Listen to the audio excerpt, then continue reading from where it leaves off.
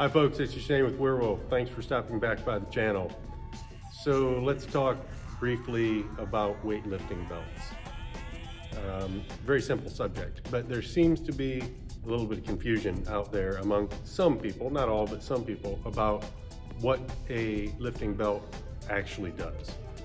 Now, I'm not going to even think about going into the subject of whether you should or shouldn't be using a lifting belt. That is a whole can of worms that I just do not want to open up. And if you want to dive down that rabbit hole, by all means, visit your local friendly internet and you will pull up hundreds of different opinions on whether you should or whether you shouldn't, and the times you should or the times you shouldn't. So I'll leave to everybody to figure that out on your own. But anyway, so as far as what they do, it seems like a relatively simple subject.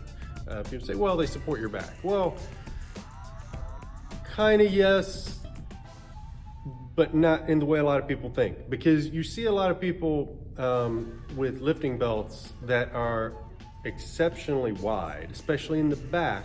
They may be narrow around the front, but around the back they get wider and wider and wider, and sometimes they're exceptionally wide and they're like coming up halfway up your back.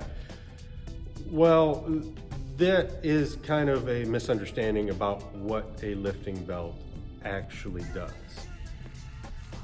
What a lifting belt does is it creates pressure, internal pressure in your abdominal cavity, and that internal pressure that it creates in there keeps things from moving around and shifting out of place. For example, your spine, because that's in your abdominal cavity where the lifting belt is. So when you put on the lifting belt, basically, you put it on just kind of, not over tight, but you put it on at the proper amount of tightness. But then when you're moving in the exercise, your gut essentially tries to push out against the lifting belt, but the lifting belt won't let your gut move out. So that creates pressure inside, and that pressure is what holds everything in place.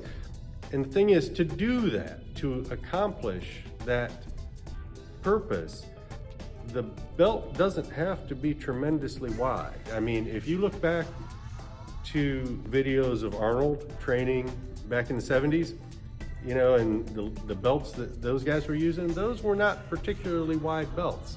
I've got the one that I use right here, and this is not a particularly wide belt, and there's a lot of them that are even narrower than that do a fine job.